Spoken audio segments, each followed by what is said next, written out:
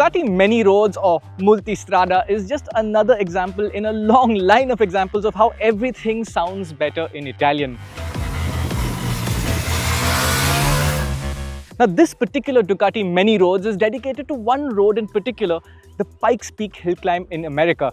The Pikes Peak hill climb has a long history of over 100 years, and motorcycles have also raced there on and off over the decades. Sadly, motorcycle racing was permanently banned at the Pikes Peak a few years ago after Ducati rider Carlin Dunn tragically lost his life just meters away from the finish line.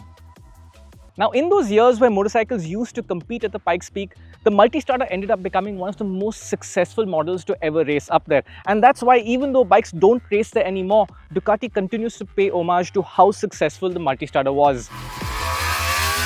The Pikes Peak is effectively one of the highest level road sporty versions of the Multistrada. It's not the most sporty version of the Multistrada you can get because there is the RS model that exists above it. We'll get back to what the RS is about a little later. But basically, this is an extremely sporty version of the Multistrada, and it has quite a few changes over the V4 and the V4S, and it also costs about 6 lakhs more than the V4S. So what do you get for your money? Well, actually quite a bit. You get a move back down to a 17-inch front wheel, which is what the Multistrada always used to be. They went up to a 19-inch front with the V4. This goes back to the 17. It's also got sport bike tires, proper Pirelli Diablo Rosso 4s, and a sport bike size as well. Well, the regular V4 has a slightly narrow rear tire for a big bike, I think about 170 section. This is a proper 190 section rear. Then you have the suspension. This is again proper sporty Öhlins suspension, the kind of stuff that you would have found on the previous gen Panigale V4, including a TTX rear shock. It's also electronically controlled like you would get on a Panigale V4S. Move slightly further back and you'll see that it has the same engine as the standard V4 and the V4S. It's 1100 odd cc V4 that makes 170 horsepower, phenomenal engine. Also has valve springs instead of desmodromic valves, and a massive 60,000 kilometer service interval for the valve clearances. So that practicality continues with the Pikes Peak. But it also gets more special as you move a little further back. This model comes with an Akrapovic titanium exhaust as standard. Now, it looks nice. It's probably a little lighter than stock as well, but in terms of sound and performance, it really doesn't do much. This is a road legal homologated exhaust. What is more special is that the Pikes Peak gets a single-sided swing arm, so you get to see that rear wheel exposed. And that brings me to another very interesting aspect of this motorcycle, the wheels themselves. These are forged wheels, again, just like what you get on a V4S. That makes a difference to the riding experience. So what you're getting on the Pikes Peak is quite a bit more than the standard Multistrada models, and that really makes a surprising difference to the way this motorcycle rides.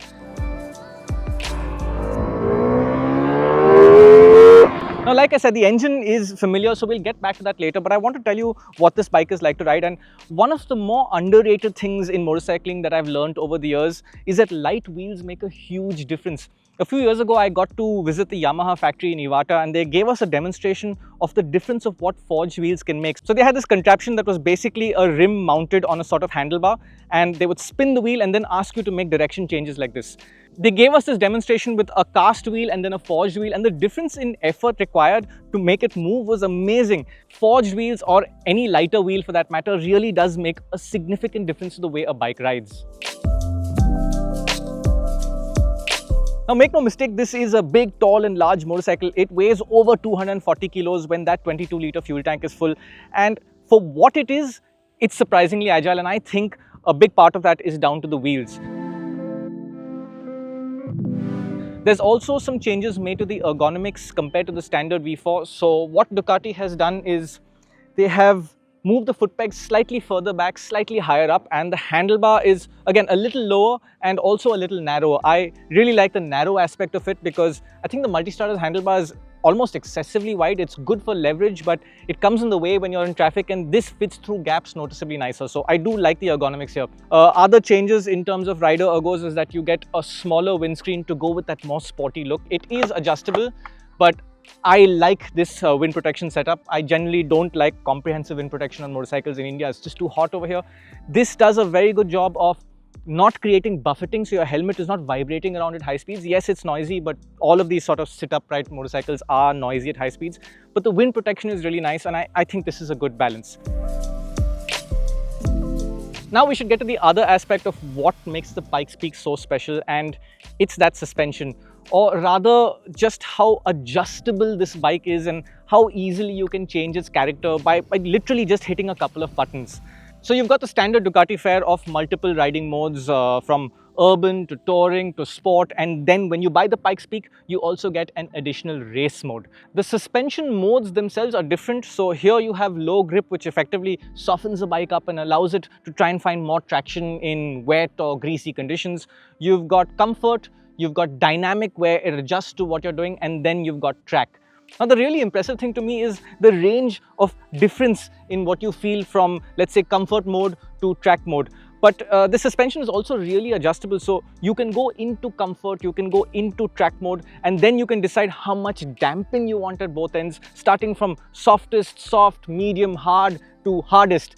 And then you can go into the preload settings for the rear shock and dial up preload between 30 different levels. So you can really tailor the suspension modes to what you want them to be. And then when you're riding, you can just quickly change them based on what the riding conditions are. So let's say you want to be in a more sporty mode in terms of lower traction control, lower ABS intervention, but you want comfortable suspension. So you can keep it in sport mode and then go to the suspension mode and change it. And it all sounds very complicated, but it's actually really satisfying when you're on the move to be able to tailor the bike to individual conditions.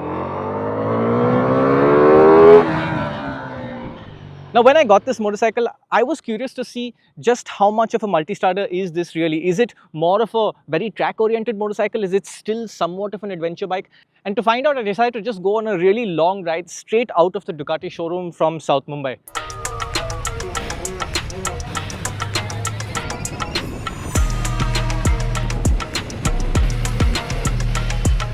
So what I did is I just opened up Google Maps, looked at roads that looked interesting to me. I had never been down these roads, and it's a risk that I would not have taken on any sporty Ducati motorcycle, but I thought this was up to the challenge. And sure enough, I ended up on some roads that were completely broken, desolate, and they would have been horrible on something like a Monster or a Street Fighter or a Diavel even with this engine, but this motorcycle was absolutely fine.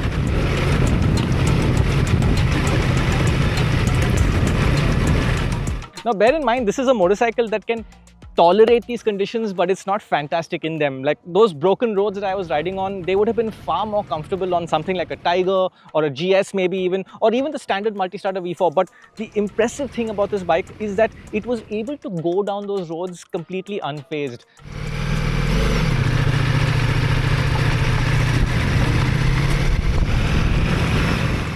I would not have tried jumping or sliding this off-road like I would have on an adventure bike, but I didn't have any worries either.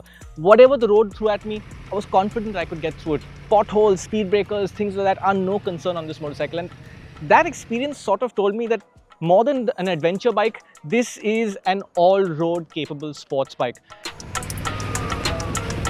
And the proof of that came through when I finally got through all those bad roads and I emerged on some of the best roads you will ever experience in Maharashtra around the Tamini Ghat section, closer to Pune than Mumbai. This bike was amazing out there. And again, couple of button changes, put it into race mode, and it just turns into a completely different motorcycle. This bike suddenly is happy to lean all the way over. You know you've got lots of confidence in the tires, you've got stupendous braking performance, amazing stability from that suspension. And suddenly you've gone from an off-road mindset into a sport bike mindset in a matter of seconds. And that ability to switch characters so effortlessly is what's truly amazing about this motorcycle. A big part of that is the engine. This is a very special motor. We've known it for a few years now. It's built a reputation for being solidly reliable, no real issues with the engine. It's also very powerful, but seemingly completely effortless. The red line is at 10,000 RPM and it feels like it can rev much higher, which is what you get in the Panigales. But here this engine seems to be limited for long-term durability and reliability, and it really works in this motorcycle. That being said, it's still 170 horsepower and it is still eye-wideningly fast when you open it up, especially above 6,000 RPM. This thing is a wild motorcycle. The sound that it makes, the intake sound, it's extremely exciting.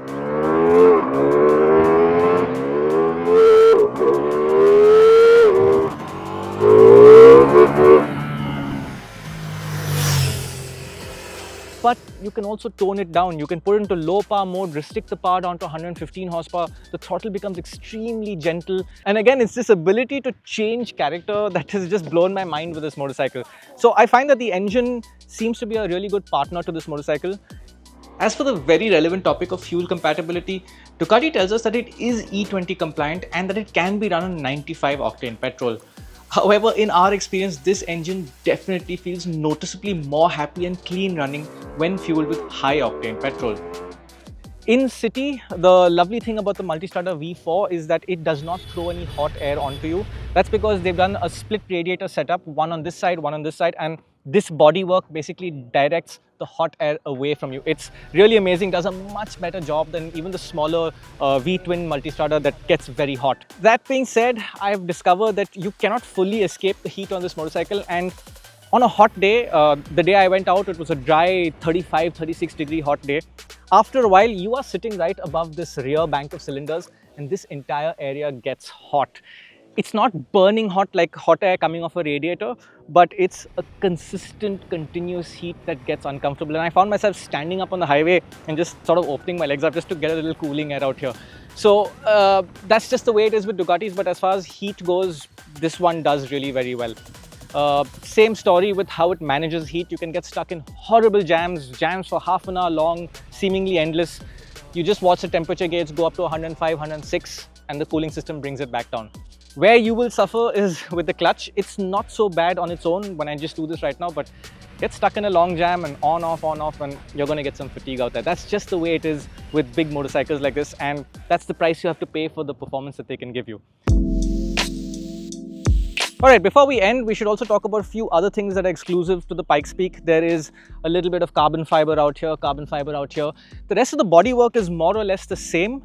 The seat height is adjustable between two levels. It's on the higher 860mm seat height setting right now. It goes down to 840 and then you can buy an accessory low seat or an accessory high seat.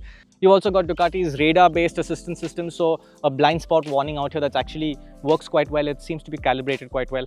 And radar-based cruise control, so it will slow the bike down if it detects traffic in front and then it will accelerate again based on how close you are to traffic. That system is too conservative for Indian traffic. It gets freaked out very easily and it's not really usable unless you're on a really wide road and you can change lanes and, you know, give it the space that it wants. What it doesn't have, and I think it should at this price, is that there is no keyless system for the fuel cap. You have to use the key for that. And there is no tire pressure monitoring as standard. Now that is something I'd like to have just to keep an eye on where my tire pressures are, especially if I'm in rough conditions. Beyond that, typical Multistrada, very comfortable seats, comfortable riding position, and it's got the same bodywork as well, including these little flaps that you can actually close in that aero out there. The idea behind that is keep them open if you want some cooling air to come up to you, close them if you're in mucky conditions and you want to protect your feet from filth coming up there. So that's a nice touch.